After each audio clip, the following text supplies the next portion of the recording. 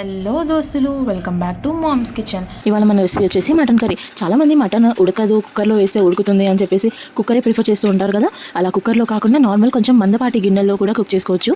అది ఎలానో మనం ఈ వీడియోలో చూసేద్దాం. ముందుగా మనం మటన్ని మంచిగా శుభ్రం చేసుకొని పెట్టుకోవాలి.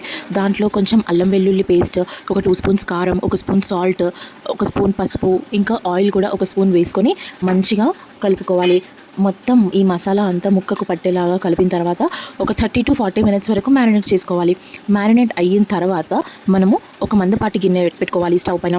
నేను అంటే మటన్ కట్టెల పొయ్యి మీద వండితే చాలా బాగుంటుంది అని చెప్పేసి కట్టెల పొయ్యి పైన కుక్ చేస్తున్నాము. మనం ఎలా అయినా కుక్ చేసుకోవచ్చు, స్టవ్ పైన కూడా కుక్ చేసుకోవచ్చు.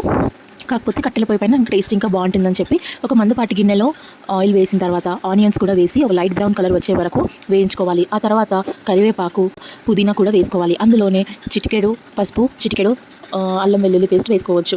ఎందుకు అనంటే మనము ఫస్ట్ ఆల్రెడీ కలిపేటప్పుడు మ్యారినేషన్లో వేసాం కాబట్టి కొంచెం తక్కువ వేసుకోవాలి.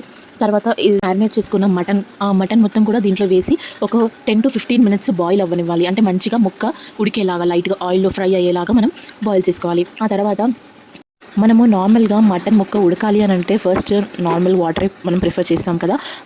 పార్ట్ 2 నెక్స్ట్ వీడియోలో కంటిన్యూ అవుతుంది, చూడండి ఒకసారి.